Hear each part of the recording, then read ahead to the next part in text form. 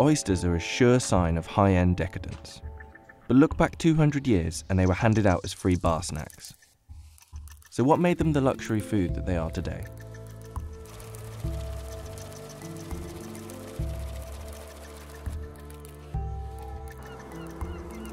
Oysters have been around for a while.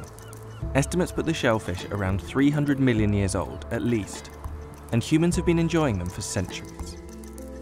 Oyster cultivation was invented by Sergius Arata, a Roman engineer also often credited with the invention of underfloor heating.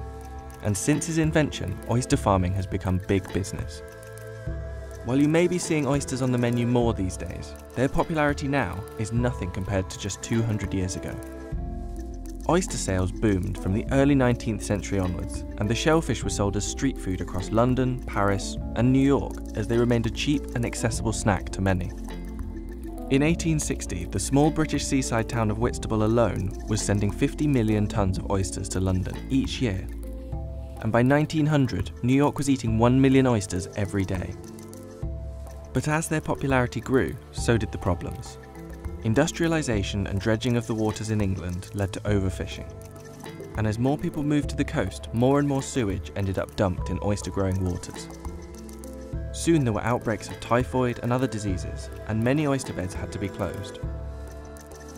Hard winters and new diseases killed off many of the remaining native oysters, and gave the shellfish a bad reputation that lasted for years to come.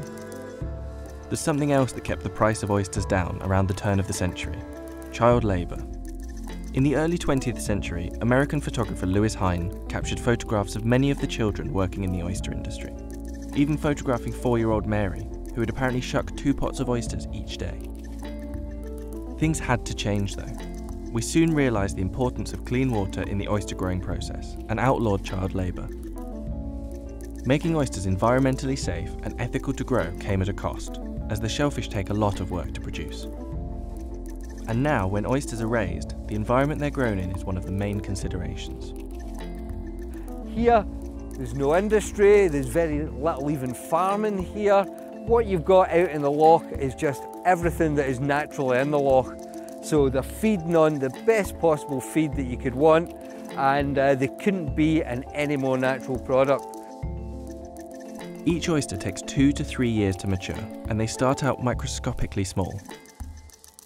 The tiny shellfish are grown in hatcheries. When they're large enough, they're transplanted to their final growing place. Well, we get the oysters in from our hatchery when they're about your thumbnail size. We will grow them in these baskets for approximately 2 to 3 years, and then we'll send them to the depuration centre for depurating and then for packing for dispatch. At Loch Fyne, every oyster is depurated, a process that cleans the oysters and removes any dangerous bacteria. Every single oyster must be checked by hand. Making sure that each oyster is shipped live is paramount. Believe it or not, we sell roughly about 35,000 oysters every week out of here, and every single oyster is individually checked. So what we would do is, when we're packing the oysters, we'd pick up 2 oysters and we would tap them together. Now, you can obviously see that one's dead, but when you're packing thousands at a time, you won't necessarily see it, and sometimes it's only open just a little tiny bit. But when you tap that oyster, you can hear it's hollow straight away. And that is the best way to tell if an oyster's going to reach its shelf life, whether it should be discarded.